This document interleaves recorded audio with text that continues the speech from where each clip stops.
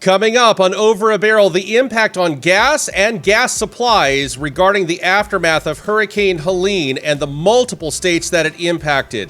Plus, gas prices are seeing a bit of a relief in certain areas of the country. We've got more on that coming up right now on Over a Barrel.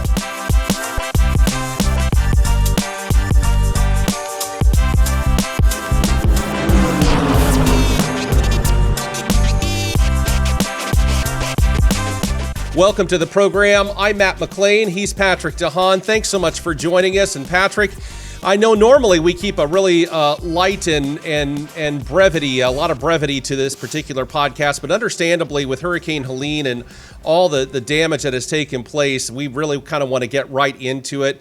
We'll go ahead and throw out there, if you're watching this podcast, you want to like and subscribe wherever it is that you're watching or listening to this, certainly do so. But for the most part, let's get right on into it when it comes to Hurricane Helene. A lot of people, quite honestly, are still suffering across multiple states, from Florida to Georgia to the Carolinas, Virginia, West Virginia, Eastern Kentucky, Eastern Tennessee. A large swath of populations in those respective states going through an awful lot over the last several days. And there have been some issues with gas as well, understandably. Cell phones remain down. Internet is down. A lot of these communities can't communicate with the outside world at this particular point. How is GasBuddy helping, or at least doing their part as best as possible, where folks still have the ability to connect to the internet? Talk to us a little bit about the rundown with everything that GasBuddy's been doing over the last several days. Yeah, Matt, it's been a busy last couple of days. We had activated our fuel availability tracker for those that saw. That was last week. We activated actually about 6 days ago, anticipating not so much a supply problem, but this is a Category 4 storm. There's a lot of evacuations, a lot of rain. I think we're talking about rain in excess of 2 feet in some areas of North Carolina, Tennessee, South Carolina. I think that was largely a bit of a surprise. We had activated our outage tracker for Florida, Georgia, and Alabama. And for those people in those 3 states, they probably noticed a different app experience where all of a sudden they saw different icons. If you're on the web, you might have seen notices that you're in an area affected by a natural disaster. We also extended that availability tracker just today to North Carolina, South Carolina, and Tennessee. So we're going to start getting data on those stations. Now, that tracker.gasbuddy.com website link will show you a map of the entire U.S. But one thing is we're finding out it doesn't tell you where we are tracking this specific data. So before today, we were not tracking outages in North Carolina, South Carolina, and Tennessee, but we've now activated and added those states to areas where people can report much easier to us the outage availability. So as I mentioned, the sheer devastation, all you have to do is hop on social media and you can see, tremendous damage that's happened down there. I've been getting emails about gasoline availability, and this is a very unique situation because while the flow of gasoline hasn't been interrupted, Matt, we're talking about just stations that are probably decimated or completely gone in some of these areas of the foothills in Tennessee, in North Carolina and South Carolina. So, from that standpoint, there's a ton of road closures. I think North Carolina Department of Transportation said basically every road in Western North Carolina shut down. So it's going to be very hard for gasoline to even be delivered to some of these areas. I think it's I-40 or maybe it's something else. I-40 is completely shut down in North Carolina because it was washed out. So yes. I want to highlight here that we're not expecting gas stations to run out, but obviously when you have so much flooding damage, when you have roads that are washed away and aren't even there, it's going to take extra time for that fuel to get where it needs to go. So I'm just going to highlight here that these are very local situations. Typically, when we activate this tracker, Matt, it's because there's huge areas of Florida that are going to be moving out to different areas. And so people that are evacuating can send information. The difference here is that, as Florida gets back up to steam, you have these areas of the Appalachians in South Carolina and North Carolina and Tennessee that, you're just not ready for a hurricane to dump, 20 to 30 inches of rain. So these are going to be very localized outages.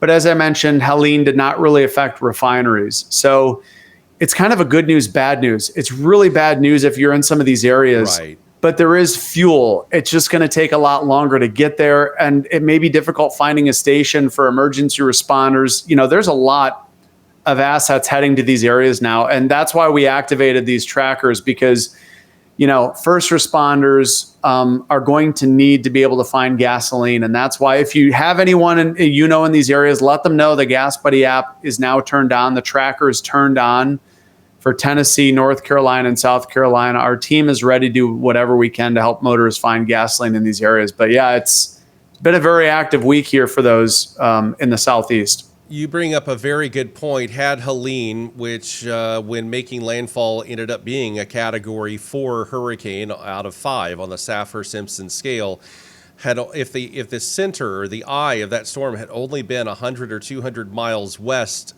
in the Gulf of Mexico, we could be talking about a very different situation when it comes to the crude oil infrastructure in the Gulf. Correct? Well, and keep in mind, we did have some companies like Shell did evacuate some of their offshore oil platforms just because the sheer size of tropical storm wind. It was massive. If anyone saw, over the weekend, the extent of the tropical storm force winds, Matt, as you're probably trying to look up an image there, it was massive. It was like literally the entirety of South Carolina, of Florida, of Georgia. The entire extent of the 35-mile-an-hour tropical storm force winds was just massive. So I'm 9 hours of drive time from the Florida border, and I was getting here in Kentucky the leading edge of rain bands well before the eye ever even made landfall. And even here, which we had virtually no damage, almost no power outages, et cetera, we got basically 10 inches of rain over this storm. 10. Yeah. And so, yes, when you add or double that or triple that, we had some flooding here. Again, not a big deal it just wasn't. But you look on the portions of the Carolinas and you look at Georgia. Exactly. Yeah. There's an image right there after it had already made landfall. Just a monster of a storm. It was already weakened. It was probably already Category 1 when we're looking at here, and the pressure is already up to 955. So keep in mind, look at how big that thing is. Even as a Category 1, we're talking about huge disruptions. And by the way, the tricky part for Florida, the part that you always hold your breath for, is that gasoline comes down from areas like New Orleans. Right to Tampa, and Helene basically severed that for a couple of days. Now, the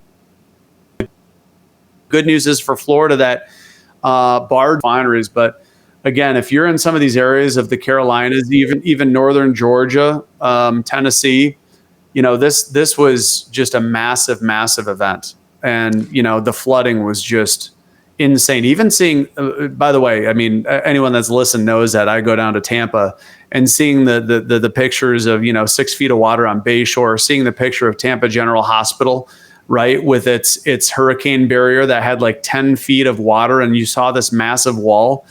That's why we activate the tracker, is just because the sheer amount of people that decided to get out of harm's way, and hopefully everything will, our best wishes to those out in Tennessee and the Carolinas as well as they grapple with this. We'll make sure that the tracker is available. The other thing I've been asked, Matt, is this is not going to be a pricing event on gasoline. This is, to your point, there were some platforms out in the Gulf of Mexico, but a lot of this cone stayed away. A lot of the offshore development really starts in Louisiana, right here. If you were to draw the Mississippi-Alabama boundary straight south, that's kind of where the very sensitive region is. So, but yeah, it didn't really impact oil. Although I will tell you what, late last week we did see some word reporting by Financial Times, and some folks have highlighted, is this true or not? There has been a little bit of skepticism, but Saudi Arabia appears poised to kind of ditch the production cuts they issued last year. So in the background of this hurricane discussion, I will say that gas prices for about half of the U.S. actually inched up last week. But that's also because there have been some low-level refining disruptions that have negatively impacted some states. Let me ask you a quick question with regarding to Helene before we move on from that. And by the way, to keep covering, I mean, there's Helene may be over, but as we pull this graphic up, and for those of us that are listening on Apple Podcasts or Spotify, there's still 5 areas of interest out there. There are the yellow X within the next 7 days. They're talking about a 40, maybe 50% chance of that becoming. There you go, 40% of that. The unfortunate aspect is, if a big if at this particular point the conditions remain favorable for development, Helene, the path for Helene, and the potential path for this as yet to be developed storm. Could look quite similar as far as making its way out into the Gulf of Mexico. And from there, the steering currents, where will it go? Basically, anybody from the eastern shore of Mexico through Texas to Louisiana, Mississippi, Alabama, and Florida. That's your key. Anywhere. It could go anywhere. It could go anywhere. Some of these areas out here in the Gulf, it's just, Now, in Atlantic, you're talking fish storms. There you go. Thankfully, most of these are going to stay well away from the U.S., although not all of them. These are not yet invests, so we do not yet have a projected path for these, as Matt's saying. So it's something to keep an eye on. Very quickly on the Helene aspect, were there any refineries in the path of a lot of this devastation that has taken place across a large swath of states in the Southeast that you are aware of? Not directly. There's a small asphalt refinery in Savannah, Georgia, but I'm not aware if that was impacted. But other than that, no, not really. I mean, Memphis, there is a Valero refinery in Memphis, and I know, that's just south of you. And we were talking about how apparently Paducah, Kentucky has been kind of the graveyard of these hurricanes. They just sit and have sat over areas like Paducah and Memphis. So, I don't think Memphis was impacted yet, but there is a large Valero refinery on the Mississippi River in Memphis. Indeed. And yes, the hurricanes have come here to die and sat. It's still cloudy and rainy, and it's been days of nothing but rain. We're supposed to get more rain today, so that 10-inch mark. But it's happened in a more gradual process. There's only one, I don't have it pulled up, and quite honestly, it was shocking to watch, but also expected whenever you're dealing with a mountainous region. I saw a video of someone where they had posted a flash flood, and the water just suddenly appeared and was moving at a minimum of 60 miles an hour and wiped out everything in its path. Wild. Ripped a home. It was instant, ripping a home off its foundation and sending it down this wall of water. I saw that same video. It was like apocalyptic. Seeing some of these photos of what was it, Chimney Rock, where the before and after there's buildings, there's cars parked there at restaurants, and then all you see is basically what looks like a riverbed. I have always had a profound respect for water and the force that it can unleash upon especially on land. But that honestly, that one took me. And listen, you know me. I've covered hurricane coverage for years when I was anchoring news in Tampa. For crying out loud, I've been through enough of this I've never seen anything like this.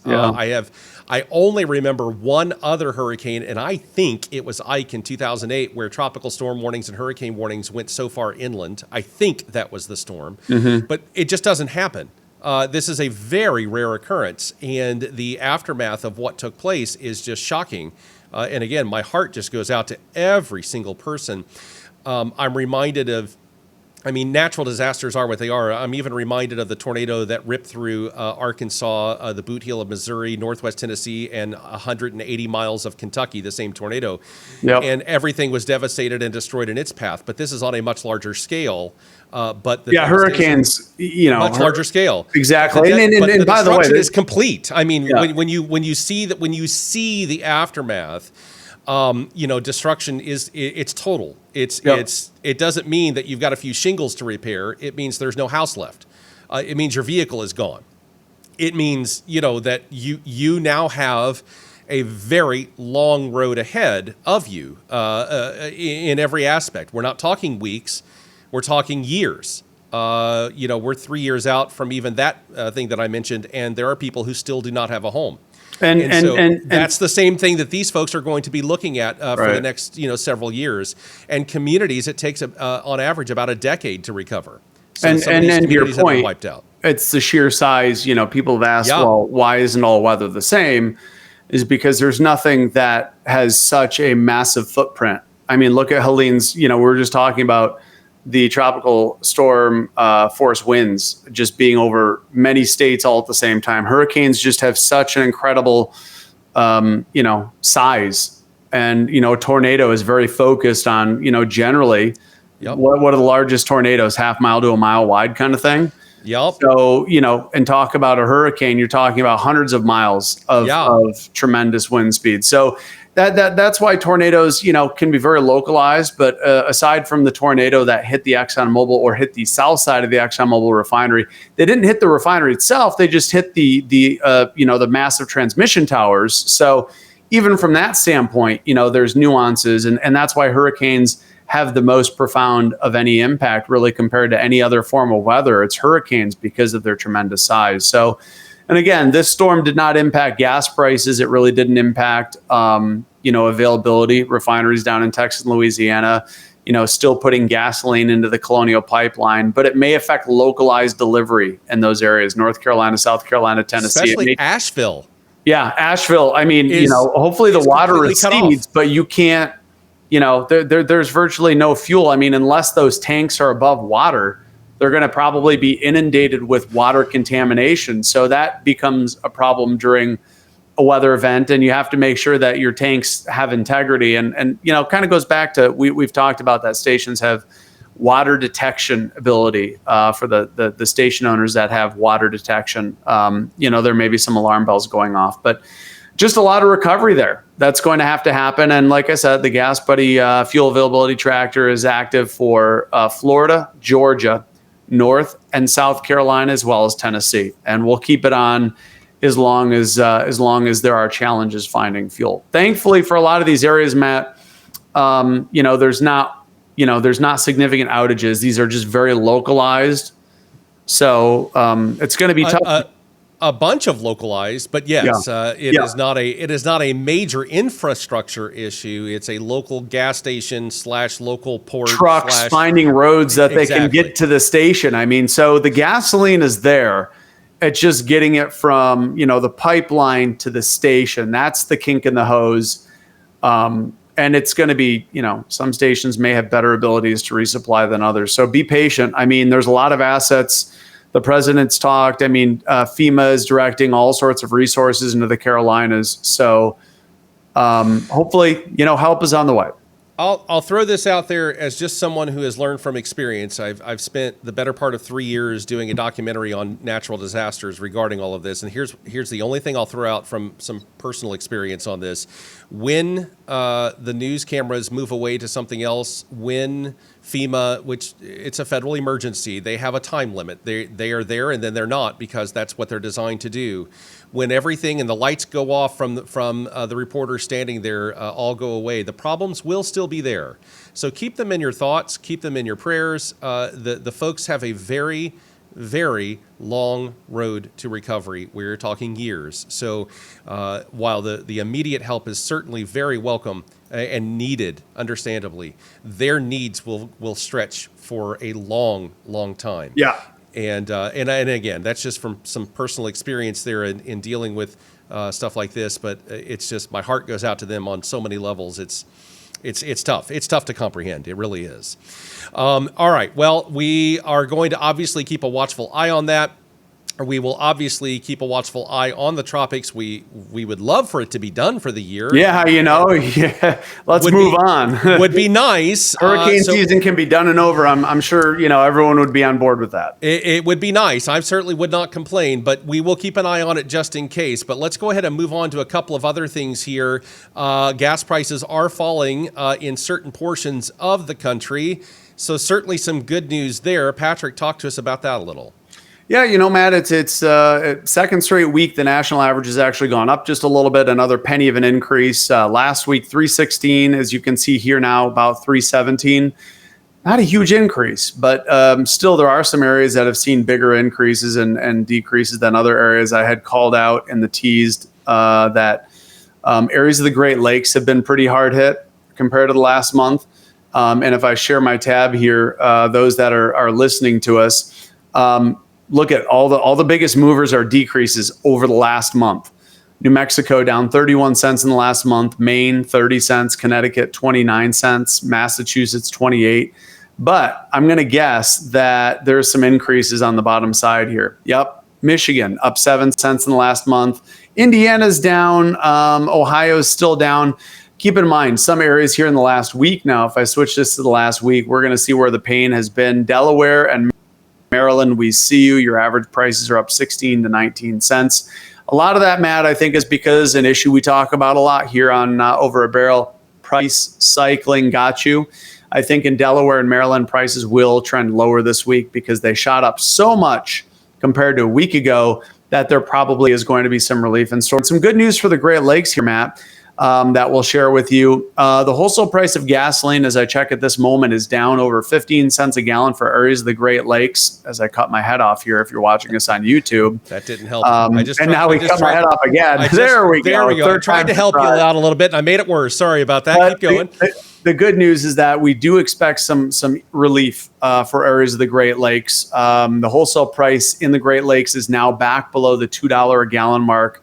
So if I very quickly try and look at that level, the wholesale price of gasoline in the Great Lakes is now down about 25 cents a gallon. If this sticks, if there's another refinery outage overnight, we could go back up. All of this really because BP's Whiting refinery in Northwest Indiana is undergoing maintenance now for about a month, a little bit longer than a month. And also Citgo's refinery in Lamont. Talking about weather, last week there were some tornado warnings in southern Chicago, and Citgo's refinery in Lamont, which is a suburb of Chicago, briefly lost power. And Matt, that's all it takes. Yeah, I was going to say that's scary. A brief loss of power. I mean, hey, power was out at my house this weekend for 6 hours because of some tree damage. All it takes is a refinery losing power for 30 seconds or a minute, and everything has to restart. And that is a very, very advanced restart process. We're talking about, essentially boiling, right, distilling oil. Talking about a lot of temperature, and a lot of processes have to restart when a refinery loses power momentarily. And there were some comments on social media about, why aren't we, making the grid better? What resilience? Battery backup wouldn't even work for a refinery. We're talking about tremendous amounts of power needed here. And even if you lose it for a moment, Matt, everything, and we've seen the power flicker. Your computer's going to have to restart, right? You can't interrupt power even for a second. So, it's just one of those things. It would probably cause this refinery to have to pay, tens of millions of dollars to be able to insulate itself against a 1 second power outage. It's just not worth it. It happens so rarely. But as we've talked about now, there will be some relief coming. Michigan, Indiana, Ohio, Illinois, Wisconsin. Wholesale prices have dipped. So that's the good news there. But for the rest of us, Matt, I do think the national average could start returning to a decline weeks. Talking about the level issues, oil prices last week, again, declining because Saudi Arabia essentially may throw in the towel here, start producing more oil. And so with that, oil prices today down a penny a barrel, a whopping penny. We're talking about oil prices back below 70 at $68 a barrel. So, and by the way, good news, we had mentioned relief coming for California, right? California is down 7 cents a gallon in the last week. Other areas of the West Coast, Nevada down 3 cents in the last week. Remember we said California is going to see more relief than Nevada and Arizona because their prices went up much more than Nevada and Arizona. But even Arizona, gas prices in Arizona also down 7 cents in the last week. So great news. Arizona, Nevada, California, refinery outage issues are behind us. Things are now improving. Good news for the Great Lakes. Your prices are improving because refinery issues also moving into the rear view. And by and large, Matt, gasoline demand last week fell another 0.7%. We're getting colder. So I don't know if you're on the road, are you going to influence those numbers, but a lot of Americans collectively not driving as much. You're not wrong, as my camera automatically moves me across the screen there for just a moment. I feel like this is getting Halloweeny. The camera's like, woo. The camera's moving back. Yeah, don't do it too much on your end. It'll move on your end as well. But the key that I'm curious about, will all of these, back to some of the damage that took place, do you think that some of the gasoline demand will artificially go down because of all the issues that we've had across the Southeast as a whole? Generally, hurricanes are events we call demand destroyers, meaning everyone goes out, fills their tank up before the event, but that means everyone's got a full tank. And generally after a hurricane, Matt, for those people in Tampa, that property is damaged, you're not going far. You're going to be spending days cleaning up your property, trying to get it back to what it was, restoration. So generally people will stop working. They'll stop their plans so that they can rebuild their lives. And that usually leads to less gasoline demand, less diesel demand. Do you think that could cause prices to fall overall? And I ask this because east of the Mississippi is where the majority of the U.S. population is, other than the west coast of the U.S. I mean, the Midwest and western states have far less people, so a good consumption of gasoline and fuel east of the Mississippi. So do you think that we would, because of that, do you think you would see prices begin to edge down a little bit here or there? Well, maybe. I don't think it's going to be. I don't think it was not a huge surge in demand to begin with, so it probably won't be a huge plummet in demand either. GasBuddy showing, as I mentioned, gasoline demand down a little bit last week. It actually was up significantly in the Gulf Coast, Matt, and part of that may be because people were moving with Helene. But the East Coast saw a drop in demand of 1.2%. People in the Great Lakes saw a 2.5% drop in demand. People in the Gulf Coast saw a 3.7% increase in demand, whereas the Rocky Mountains were up 0.8% in demand from the week prior, and the West Coast was up 1.2%. So a little bit of a mixed bag, but nationally still down a little bit. I don't think it's enough demand destruction to actively reduce prices. It's going to be more of the seasonal, it's part of the seasonal conversation. But all in all, we still have 18 states that are below $3 a gallon. In fact, looking here, okay, all right, we still have 18 states. Looks like Virginia actually, Matt, just now hit 2.999. So that would be the 19th state below $3 a gallon. So breaking news right here on the podcast, Virginia has become the 19th state with average prices below $3. And I said the national average is up for the last 2 weeks. This is more of a pause, right? Because of some of the refinery issues, the price of oil did edge up last week early on. So, I think prices will still eventually fall below $3, but it probably will take us a little bit more time to get there. Okay, for some geopolitical things very quickly before we run out of time. Israel is planning the Middle East, planning to launch a ground operation allegedly in Lebanon at any moment. And by the time you watch this or hear this, they may have already done so. The Lebanese army has now withdrawn. That's a big indicator that something's about to happen. And there's a risk of a regional war across the Middle East all the way around. What kind of an impact could we see on crude oil? I mean, obviously, the Mideast, oil production. You just mentioned Saudi Arabia, but they aren't the only country that produces oil. Right. What are we talking about here? Well, traders are really assessing the next move here in this conflict. And so far, Israel has called out Iran's bluff. Iran has potentially talked about going to bat for Hezbollah and going after the IDF. But I think Iran is going to have to exercise restraint. There's a lot of reasons why they would. And looking at the current situation, I think that's what the market is pricing in, that ultimately Iran does not really have the ability to do what it suggests it does. So I think that's where we're at now. I think, a major escalation, as we covered, maybe a month or so ago in podcasts, is that last time Israel sent drones into Iran, Iran was not very successful in being able to defend itself. So ultimately, I think that's going to give Iran some level of pause before they potentially escalate the situation. And they've really seen that Israel has not really held back on going after entities that has attacked it. So I think Israel's, come out swinging, and I think that's going to keep Iran in a bit of a box. So from that aspect, I don't know that oil is going to move significantly in one way or another. If this was summer, Matt, and demand was much higher globally, if Chinese demand was much higher, we may be in a different boat. But as we know, China's economy has struggled as of late. Beijing has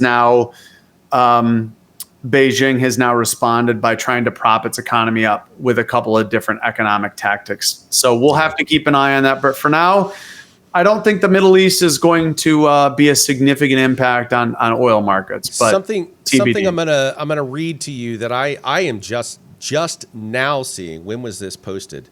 It's actually posted the article wise while we've been recording this, so you may not have seen it as well. At least this particular article. It says, and I'm quoting now, Israeli Prime Minister Benjamin Netanyahu on Monday told Iranians, not Israelis, that regime change was looming. Quote, when Iran is finally free, and that moment will come a lot sooner than people think, everything will be different. Our two ancient peoples, the Jewish people and the Persian people, will finally be at peace. Our two countries, Israel and Iran, will be at peace, unquote. That's a heck of a statement. Yeah. And, sharing this article here real quickly, that basically highlights exactly what you're talking about. That wasn't the article I was looking at, but yes, that's exactly it. Yeah. So, I mean, this is, that's a heck of a statement for anybody to make, Well, keep in mind the source. And I know some people would say that, it is the Jerusalem Post. So, but this is why we'll be continuing to keep an eye on what develops in the Middle East, because it is potentially a powder keg. I think, countries' hands might be a little bit tied. That would have an impact on the price of oil. And for now, I do think that gas prices should continue to cool off. But to your point, yeah, anything could change at a moment's notice. So let's hope that between now and the next time we talk, there's good news. I will be hitting the road like you, Matt, in the next couple of days. I will be taking a road trip down to the National Association of Convenience Stores, National Association of Convenience Stores. Their annual show is in Las Vegas this year, and I will be road tripping down there. So anyone that wants. Are you taking the GasBuddy mobile and driving, or are you? I'm taking the two-wheeled GasBuddy mobile.